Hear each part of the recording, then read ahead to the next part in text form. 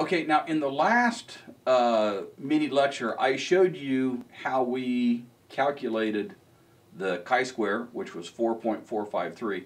I showed you how we calculated that chi-square value by working through a series of little table computations. We started out with this, and we ended up down here.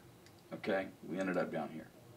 And what I said was, this allows us to assess of the cells in our cross-tabulation table, which ones contribute most heavily to the chi-square value.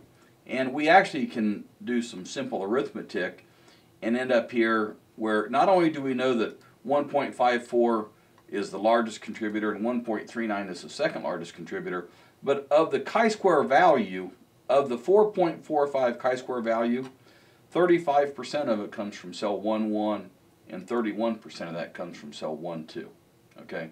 When I say cell 1,1, row 1, column 1, this is cell 1, comma 2, row 1, column 2. Alrighty? So 66% of the chi-square value comes from the row for sport. 34% of the chi-square value comes from the row for non-sport. Okay, and we can do the same thing over here for for married and for single. Alrighty, alrighty. But what I want you to see here in looking at these is when it gets right down to it, whenever the actual value in a cell, okay, whenever the actual value in a cell materially differs from the expected value for that cell, then that contributes to the chi-square test. Okay? Let me repeat that. Whenever the value in one of the cells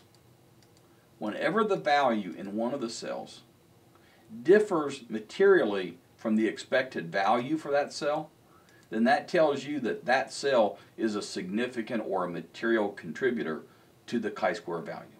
Okay? And if all of your observed values happen to be exactly equal to your expected values, okay? So whenever the cells in this table are exactly the same as the cells in this table, you're going to get a chi-square of 0. And we can look at that here. If we go back to our original data, remember we had artificially created this table. Okay?